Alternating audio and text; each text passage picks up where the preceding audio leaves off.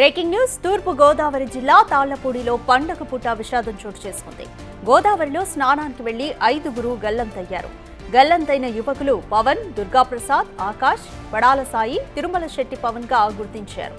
గల్లంతైన యువకుల కోసం గాలింపు కొనసాగుతుంది.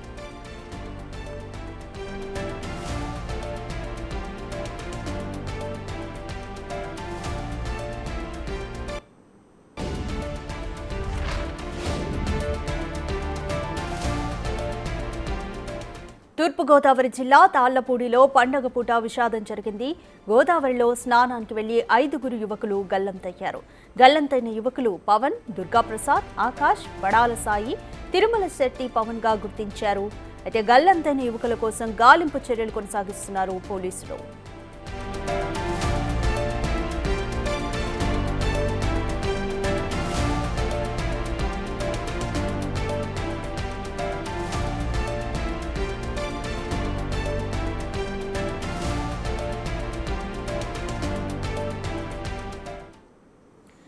మోర్ డీటెయిల్స్ మా ప్రతినిధి సాగర్ అందిస్తారు. సాగర్, గల్లంతైన యువకుల ఆచూకీ ఏమైనా తెలిసిందా? పోలీసులు ఏమంటున్నారు?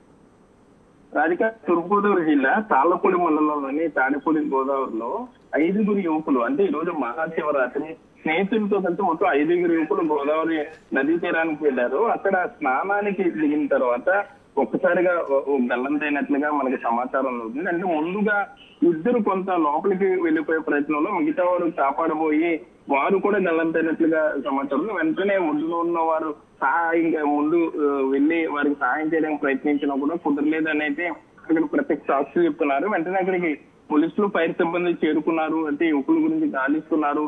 వారు ఒడ్డుకు వచ్చి ఉంటారు అనే కోణంలోనూ కూడా పోలీసులు అయితే దర్యాప్తు చేస్తున్నారు. వారి బంధువులు కూడా చేరుకున్నారు. మొత్తం 5గురు యువకులు కూడా ఎంతో స్నేహంగా ఉంటూ ఉంటారు. ఈ రోజు మహాశివరాత్రి సెలవు కూడా కావడంతో ఉదయాన్నే వారు గోదావరి తీరానికి వచ్చారు. స్నానం చేసిన అనంతరం పట్టిసీమలోనే శివుడి గుడికి వెళ్లి దర్శనం చేసుకుందామని వారి ప్లాన్ గా అయితే తెలిసింది.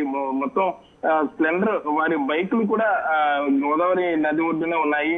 బట్టలు కూడా అక్కడే ఉన్నాయి. సో వీరికి ఈతో వచ్చా లేదా అనే దాని మీద ఇంకా క్లారిటీ రాలేదు. అయితే వారితో వచ్చిన స్నేహితులు మాత్రం ఈ 5గురు కూడా గల్లంతైపోయినట్లుగా అతనైతే అక్కడ ఒడ్డున ఉన్నటువంటి అధికారులకు చెప్పాడు. మరోపక్క వారిని రెస్క్యూ చేసేందుకైతే ప్రయత్నాలు జరుగుతున్నాయి. అక్కడ ఉన్నవారు మాత్రం కొంత గోదావరిలో కొట్టుకుపోయిన అవకాశం ఉంది కాబట్టి కొంత వారు ప్రాణాలతో తిరిగి రావడం అనేది కొంత కష్టమయ్యే పని అని కూడా చెప్తున్నారు. అయినా అధికారులు పూర్తిగా బోట్లలో ఏదైతే ఈ మత్స్యకారుల బోట్లు ఉంటాయో ఆ బోట్లు అయితే గోదావరి తీరంలో వెతుకులాట అయితే ప్రారంభించారు. సో మరి కాసేపట్లోనే వారికి సంబంధించిన సమాచారం తెలిసే అవకాశం ఉంది. మరోపక్క వారి కుటుంబ సభ్యులు కూడా వీరు గల్లంతైన సమాచారం తెలియడంతో వారు కూడా అక్కడికి వచ్చి తీవ్రంగా రోధిస్తున్నారని చెప్పుకోవచ్చు. మహాశివరాత్రి రోజు, పండుగ రోజు ఈ విధంగా జరగడం, అలాగే చేతికి అంది వచ్చినటువంటి యువకులు 5గురు యువకులు మరణించడంతో కొంత అక్కడ విషాద శైలి అయితే అలుముకున్నారు. అది రైట్ సాగర్, గాలింపు చర్యల కోసం ఎంతమంది పోలీస్ సిబ్బంది ఈ చర్యలో పాల్గొన్నారు? అయితే ఆచూకీ ఎంతసేపట్లో తెలిసే అవకాశం ఉందని వాళ్ళు చెప్తున్నారు.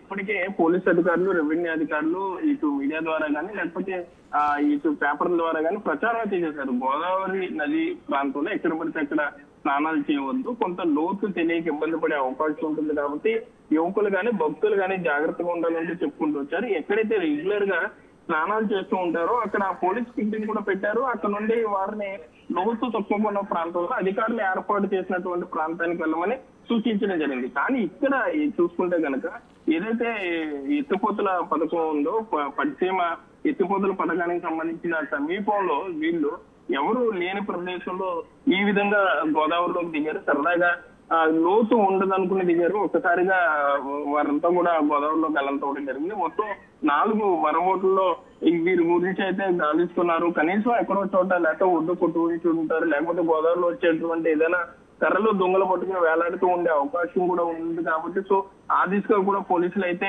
ఈ మరబోట్లలో గాలింపు చర్యలు చేపడుతున్నారు. గోదావరి నదీ ప్రవాహం కూడా కొంత వేగంగా ఉండటంతో సో వారు మరి ఇప్పుడున్న పరిస్థితుల్లో గోదావరి ప్రవాహాన్ని అంచనా వేస్తూ కొంత బయటికి రావడం కష్టమైన అయితే అధికారులు అంచనా వేస్తారు. కానీ కుటుంబ సభ్యులు ఇప్పటికే చేరుకున్నారు.